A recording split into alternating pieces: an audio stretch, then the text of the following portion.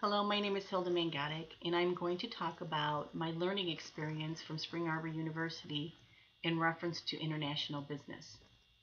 Last month, our class took a field trip to New York City to spend a weekend to learn different perspectives from different cultures. When we first arrived, everybody was uncertain as to the expectations and what we were going to embark upon. First day, we got to meet all of the other students from various areas and got to share some learning experiences on what they felt international business meant to them. When we went to class, we were introduced to two Georgian ladies, and we were introduced to a lady from Russia. They both spoke in reference to their countries and spoke eloquently about what culture means to them and how it relates to their experiences in the United States. The Georgianian ladies spoke about the infrastructure and the opportunities of growth from a business perspective.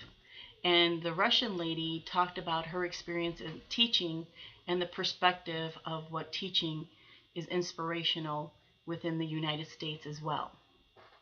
I also discussed that I know firsthand what it's like being an immigrant from a different country. In 1971, our parents defected from Budapest, Hungary to America to seek the American dream. This was quite an experience for all of us. As I shared this inspiration with everyone, they were kind of enchanted by my story and about the struggles that families go through that come to America to seek out the American dream.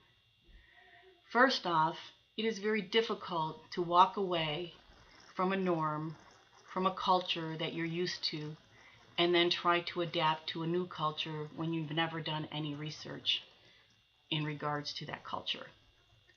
What I found beneficial through my learning experiences as a business leader is that when I go into another country, it is very important to seek out information about the country and to be able to adapt to their norms and be able to speak eloquently about their business perspectives.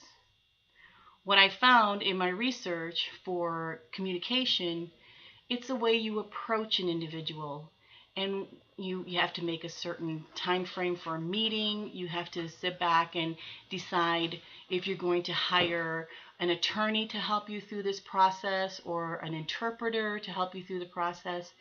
Irregardless, you have to seek out that information firsthand. What I found beneficial is learning about their differences. How do they perceive business? Basic knowledge of keeping your distance. Should you keep 2 to 3 feet away from the individual? Should you share your family values with them? What are their expectations about you as a business person where you can sever a relationship with them and create trust and harmony to make a deal? What I found beneficial was in Hungary, they like relationships. They like to speak. They want to go out to eat dinner. They want to have a good time, and they want to learn about you before they really make the deal.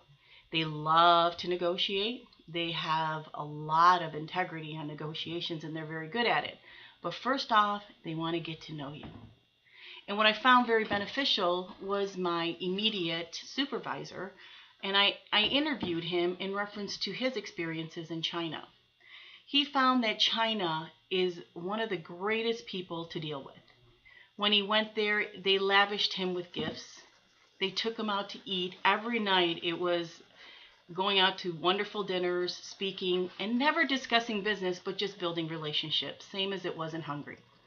He also talked about that when you hand your business card, you have to hand it with 2 hands. You don't hand it with 1 hand because it's perceived as disrespectful.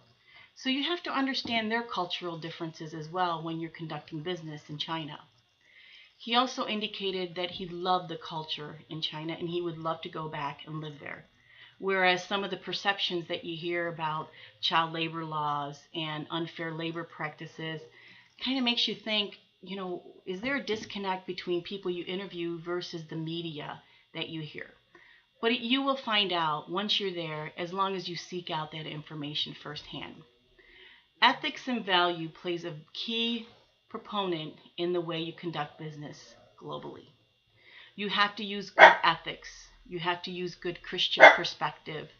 And you have to ensure that the individual you're talking to is relating to what you have to say. Also, additionally, you have to let upper management know the repercussions on the business decisions that you make. So take, for instance, Hershey Chocolate. They were plagued with uncertainty on the way that they conducted business for child labor. They were caught with trafficking, and they just were really plagued with negative public relations. You have to take that into consideration and say, is this really worth conducting business in this way? And also, in addition with that, is it really the right Christian thing to do? We as Christian leaders have to use those perspectives and to consider those considerations in reference to how we conduct business globally. I would like to thank you for listening to my perspective on my learning experiences throughout this journey. Thank you and have a great day.